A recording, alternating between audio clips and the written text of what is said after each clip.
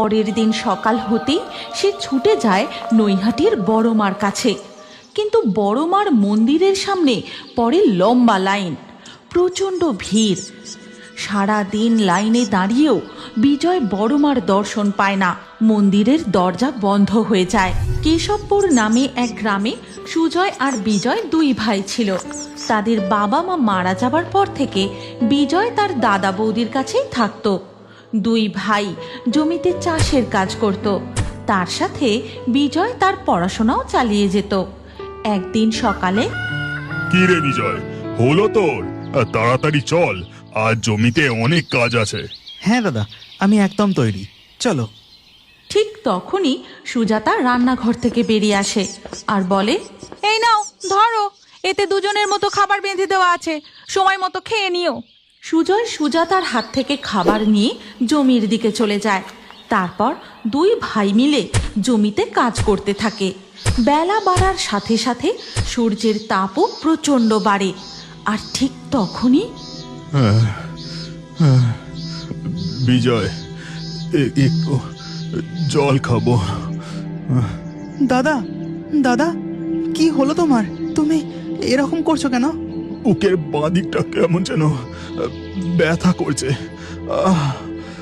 এই কথা বলতে বলতেই সুজয় জ্ঞান হারিয়ে মাটিতে পড়ে যায়। গ্রামের আরও কিছু চাষি মিলে তাকে তুলে বাড়িতে নিয়ে আসে। তারপর ডাক্তারকে খবর দেওয়া হয়। যা বুঝলাম, এনার হাটে একটা সমস্যা দেখা দিয়েছে, আর তারই ফলে বিছানায় শয্যাশায়ী। ইনি কবে পুরোপুরি সুস্থ হবেন তা সঠিকভাবে বলা যাচ্ছে না। এ আপনি কি বলছেন ডাক্তার বাবু? হায় হায় হায়, এ আমার কি সর্বনাশ হলো! এই প্রেসক্রিপশনে যা ওষুধ লেখা আছে তা নিয়মিত খাওয়াবেন, বাকি সবই উপরওয়ালার হাতে। এখন আমি চলি।